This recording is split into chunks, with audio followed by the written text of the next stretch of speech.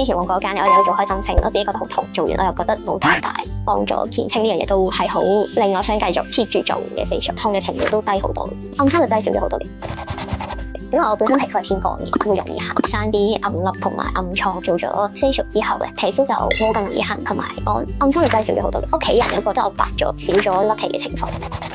我之前喺旺角嗰邊有做開嘅，嗰邊我自己覺得佢冇咁 tailor-made， 買咗個療程我去到都係做個療程，咁但係佢冇特別分析做啲咩療程會適合啲，我就會改善得好啲。做完我又覺得冇太大幫助。嗰間我有做開針清，我自己覺得好痛，填清呢樣嘢都係令我想繼續 keep 住做嘅facial，痛嘅程度都低好多。佢哋會幫我睇翻我今日嘅狀態，做咩療程會比較好，咁可能佢哋就會推薦做啲療程。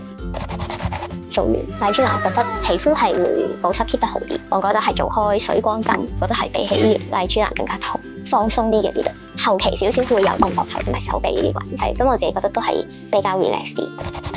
所以我好中意每次嚟到，你哋會推薦嗰啲療程俾我，會先睇完我嘅皮膚狀況，都會揀我嗰日適合啲咩療程咁樣去試，咁就可以隨時轉到唔同嘅療程，可以符合翻我而家呢一刻嘅需要。如果可能我出面真係要咁樣試，可能就3款都買晒，咁再去做落去。